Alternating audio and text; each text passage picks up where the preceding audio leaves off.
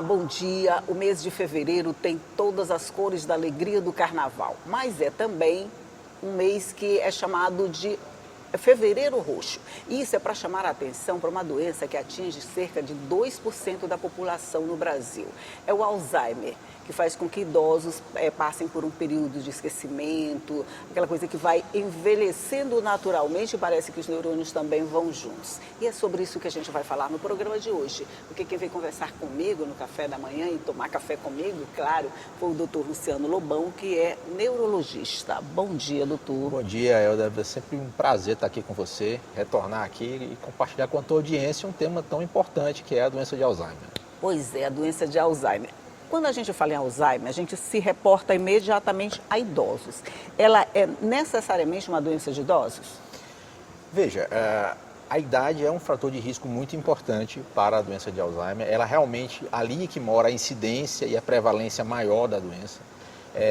Mas a gente pode haver casos de doença de Alzheimer precoce. Precoce, né? Principalmente quando tem uma carga genética, às vezes, muito importante. Então, associado aí a fatores de riscos vasculares, que a gente pode comentar sobre isso mais à frente, isso pode antecipar um pouco o fenótipo, né? Que é a manifestação dos sintomas em torno dos 55, 60 anos de idade. Ave Maria, com 55 você começar um Alzheimer já é uma carga bem pesada, né? E você tem que lembrar que é os sintomas da doença de Alzheimer, que a doença de Alzheimer mesmo, às vezes ela começa cerca de 5, 10 anos antes dos sintomas. De se manifestarem os sintomas, é isso? Exatamente. Por isso que é muito importante a gente reconhecer essa janela de oportunidade que nós temos, mais ou menos ali entre os 45 e 55 anos, que a gente consegue ali identificar já sinais, às vezes precoces, claro, associando todo a anamnese, a avaliação familiar, às vezes exames de sangue, de imagem, para que a gente possa estimar o risco individual daquela pessoa e já iniciar precocemente uma prevenção aí dos sintomas futuros. Bom, já falar dessa prevenção, só quero que antes a gente situe exatamente o que é Alzheimer. A gente já começou direto, mas vamos só dizer o que é exatamente a doença de Alzheimer. A doença de Alzheimer é uma doença neurodegenerativa mais comum que afeta o cérebro das pessoas acima de 55, 60 anos de idade. O que acontece? Existe um envelhecimento acelerado. É como se o cérebro ele envelhecesse mais rápido do que a sua idade biológica, né? Cronológica. Então, há um envelhecimento mais rápido e de áreas específicas do cérebro. Então, ele começa afetando a região realmente da memória, mas não fica só nisso. Às vezes evolui para regiões de localização e até de comportamentos sociais que podem afetar. Então, é uma doença degenerativa, mas muito mais do que isso, quer dizer, quando eu falo degenerativa, eu quero dizer que existe uma morte acelerada de neurônios e uma perca das conexões entre esses neurônios. E isso, muitas vezes, é marcado por uma doença genética. Entendi. Mas, para além disso, cerca de 45% até 70% das doenças de Alzheimer tem uma forte expressão também dos fatores de risco, né, que é a hora que a gente pode manejar. Fatores de risco, vamos lá, o que pode, eu não vou dizer levar a isso, mas que pode acelerar esse processo? Muito bem, acho que esse é o ponto fundamental, porque a genética pouca gente pode mudar, né? O que a gente tem é difícil de mudar. Mas os fatores de risco nos dá uma esperança muito grande no manejo e no tratamento dessa doença, porque os estudos já mostram que de 45%, como eu falei, a 60% dos casos podem ser prevenidos ou retardados quando a gente maneja bem os fatores de risco vasculares, que é a hipertensão, o diabetes, o colesterol, alterações auditivas associadas, conexão social, estímulo cognitivo, de manter leitura, de manter atividades manuais elaboradas, como costurar, por exemplo. Então, tudo isso ajuda muito na manutenção da preservação do neurônio e das conexões entre eles. Quer dizer, às vezes mesmo você tendo uma carga genética, às vezes importante para a doença de Alzheimer, se por outro lado você tem uma vida satisfatória, com bom sono, controle da hipertensão, exercício físico, ajuda você a preservar e até mesmo a evitar que aquela doença se expresse. É engraçado, você falando sobre isso, o senhor citou diabetes e hipertensão. É incrível como essas duas doenças, elas estão muito presentes em quase todas as outras doenças, né? Sim. É sempre um fator de risco muito alto. É sempre um fator de risco muito alto, corresponde a um aumento de cerca de 2, 3% cada uma dessas manifestações. Quando se são somadas, elas são potencializadas. Então, de fato, o controle... Por que isso acontece? Porque o que acontece? O cérebro precisa de sangue. Se você tem hipertensão e você tem diabetes, você está lesando a microvasculatura cerebral. Então o cérebro vai ter um aporte menor de oxigênio e energia ao longo do tempo. Isso não acontece da noite para o dia. Né? Minha pressão deu 20/8, eu vou ter... Não, não é isso. Isso é ao longo de anos de uma pressão não controlada, de um açúcar exagerado no sangue. E o diabetes pode começar bem cedo mesmo, né? Hoje a gente já vê até crianças, né, pré-diabéticos e tudo, né? Exatamente. Então o diabetes hoje é uma doença, claro, tem o diabetes tipo 1, que é um marcador genético, eu converso mais cedo, o diabetes tipo 2, que também é obesidade, sedentarismo, que acaba desenvolvendo a doença no futuro. Então, o controle desses fatores de risco são extremamente importantes para que a gente consiga manejar e controlar essa doença. Se essas doenças começam, vamos pegar o diabetes, por exemplo, o hipertenso já mais crianças e adolescentes quase não estão dentro dessa faixa de risco, apesar de estarem, né? Mas vamos pegar o diabetes. Um adolescente que já tem diabetes na adolescência, quer dizer, ao longo do tempo ele vai tendo essa deficiência de oxigenação que o senhor está falando, né? Então ele pode ser um sério candidato a isso? Pode ser um sério candidato a isso, salvo ele manejar adequadamente. Pois, aí a gente entra com a prevenção. Isso. Você disse que se tratado logo 10 anos, né? 10 anos antes. Mas como a gente vai tratar com 10 anos? Por exemplo, se eu não tenho nada que me leve a desconfiar que eu possa ter Alzheimer, nadinha, como é que eu posso fazer essa prevenção? Eu vou dar aqui a dica para nosso telespectador. O que acontece é o seguinte, aqui, né? Para o nosso telespectador, o que acontece é o seguinte, se a gente tem algum familiar, pai, mãe, de primeiro grau, que tem a doença de Alzheimer, então, assim, mesmo você sendo assintomático, você não tem sintoma nenhum, está a sua vida plena, trabalha, o ideal é que você, em torno dos 50, 55 anos, faça uma avaliação neurológica. Uma avaliação que a gente chama de avaliação cognitiva. Isso. Onde a gente vai estudar todos os domínios cognitivos, de memória, atenção, concentração, linguagem, cálculo, e a gente vai ali colocar dentro de um desvio padrão para aquela população. Entendi. E a gente já vai começar a ver alterações sutis, ou não, às vezes não tem alteração sutil nenhuma, a gente continua o acompanhamento, é igual uma prevenção de infarto. É uma prevenção, um acompanhamento da possibilidade dos sintomas. Então você vai fazendo um estudo cognitivo daquela pessoa que já tem um marcador familiar. Mas se a pessoa não tem nenhum marcador familiar, mas também já tem alguns sinais de esquecimentos que você percebe que está mais frequente ou mais intensos, as pessoas reparam ou você mesmo percebe que esquecer é normal. O que chama a atenção é o esquecimento intenso e frequente. Entendi. Então é aquela coisa, não consigo dar um recado, a panela queima no fogo com frequência quando eu estou lá cozinhando. A geladeira fica com a porta aberta. A geladeira fica com a porta aberta. Vou no banco várias vezes para efetuar um pagamento, não esqueço a senha do banco. Entendeu? Então, um recado, você dá um recado várias vezes para a mesma pessoa, a pessoa fala, você já me falou isso.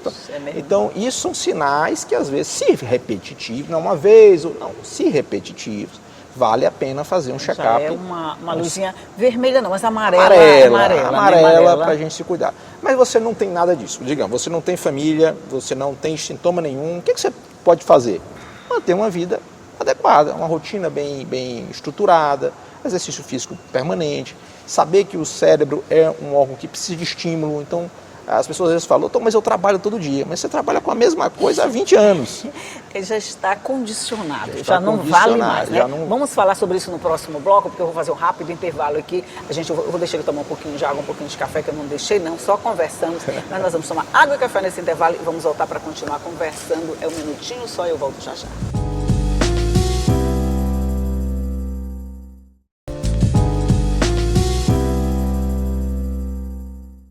Já estamos de volta conversando aqui sobre o fevereiro roxo, que chama atenção para a doença de Alzheimer, que, como a gente já falou, chega a cometer cerca de 2% da população no Brasil. Só para você ter uma ideia, aqui no Maranhão são mais ou menos 60 mil pessoas acometidas pela doença. Não é pouca gente não, então a gente precisa tomar cuidado. E para ajudar nesse cuidado, eu estou conversando aqui com o Dr. Luciano Lobão, que é neurologista, e está dando aquelas dicas assim bem práticazinhas do dia a dia, para a gente ir seguindo e ver se encontra sintomas ou não de preferência. Sim, a gente estava falando em uma rotina equilibrada. Aí o senhor disse assim, a pessoa diz, eu trabalho todos os dias. O trabalho de todos os dias não vale? Vale. Como estímulo para o cérebro? Vale se ele for cognitivamente estimulante. Então, se você é uma pessoa criativa, se você é uma pessoa que o seu trabalho exige criatividade, se exige inventividade, se ele exige cada dia o manejo de temas novos, que exige que você esteja sempre estudando, sempre se atualizando, vale. A questão são muitas vezes trabalhos burocráticos, trabalhos mecânicos que você repete exaustivamente ao longo de anos. Esse trabalho, de fato, já está consolidado. Já está consolidado, quer dizer, o cérebro não tem mais trabalho em realizar aquela tarefa, Não tem, né? ele já aprendeu a fazer aquilo sem um esforço cognitivo. Entendi. Então, no meu caso, assim, por exemplo, a apresentadora de TV, entrevistadora no caso, né? Mas assim, todo dia eu faço uma entrevista diferente, sobre um assunto diferente. Está valendo ou não? Vale, eu gostei desse jeito. Vale porque você realmente cada dia você se prepara para uma nova entrevista, você acaba lendo o tema, isso acaba estimulando, sim. Mas a gente tem 3 pontos que são mais estudados no estímulo cognitivo, que eu acho que vale a pena o nosso ouvinte, nosso telespectador entender. Os 3 mais estudados, qualquer atividade cognitiva vale, mas os 3 mais estudados, vou passar para vocês. Vamos esquentar nosso café. Pode continuar.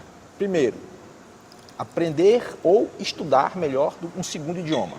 Então, esse já mostrou que a gente consegue de 6... Não precisa ser alemão nem japonês? Não precisa ser alemão ou japonês. Inglês está valendo? O inglês está valendo. Então, e não precisa, doutor, mas eu tenho 50, 60, eu vou aprender. Não, você vai estudar.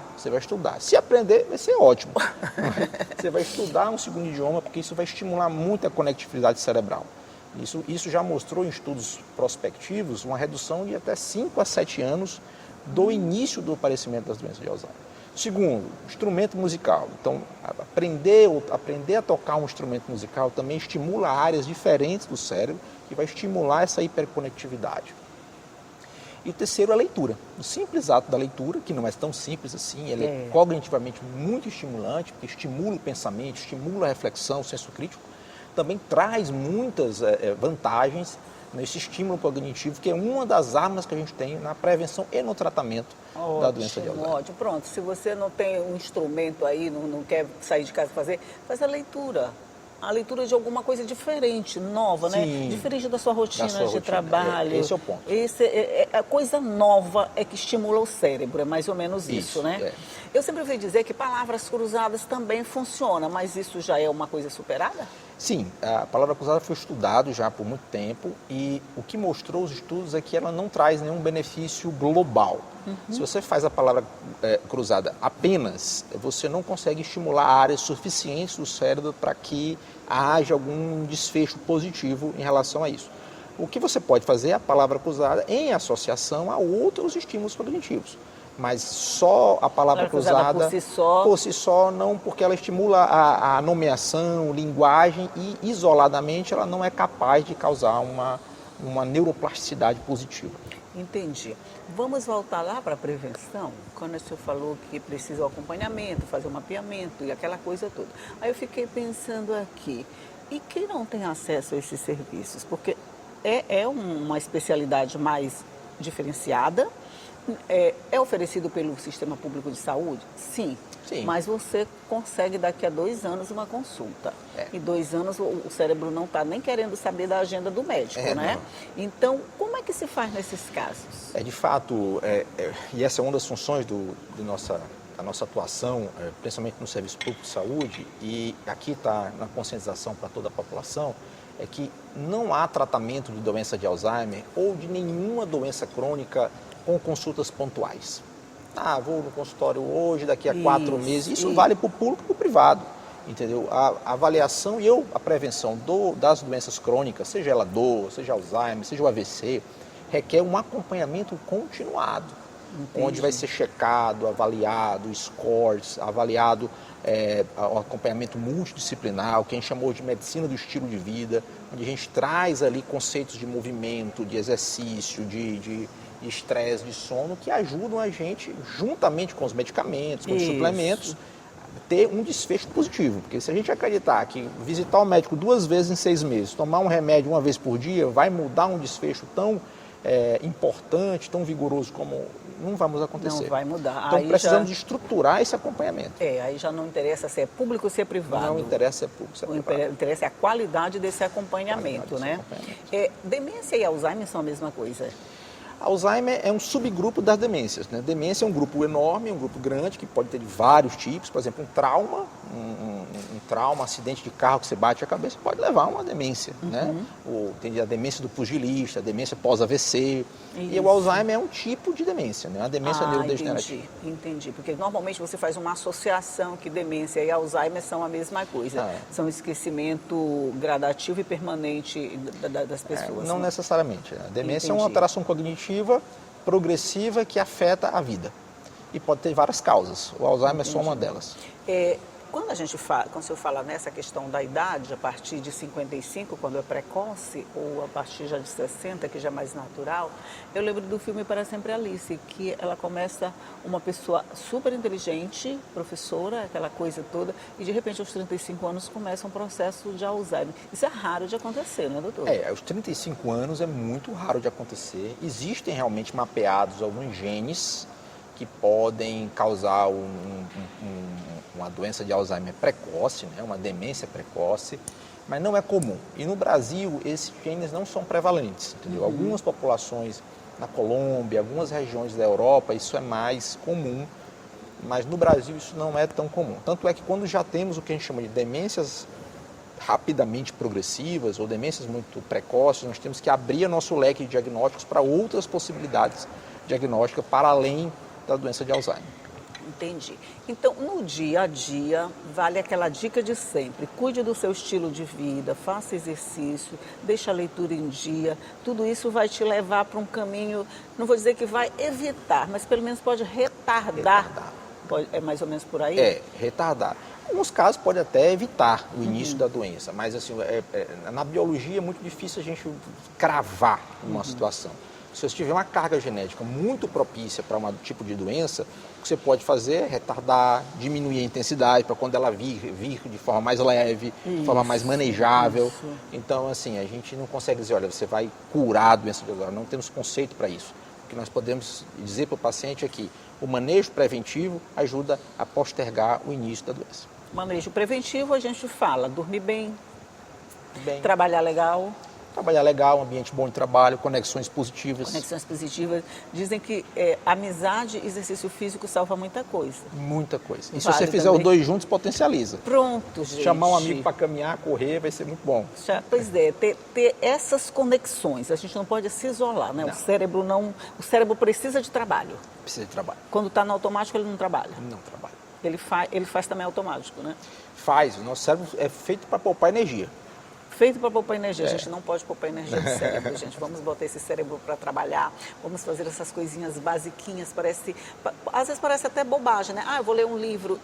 Vai fazer bem sim.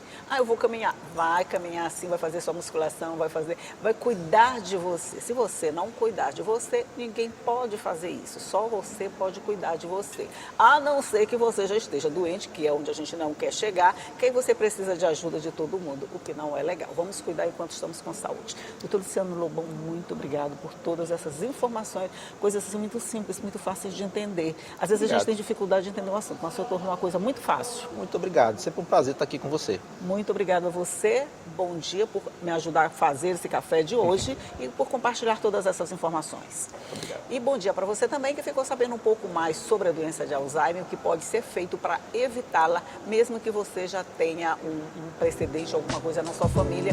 É bom se cuidar para evitar. Tchau e até a próxima.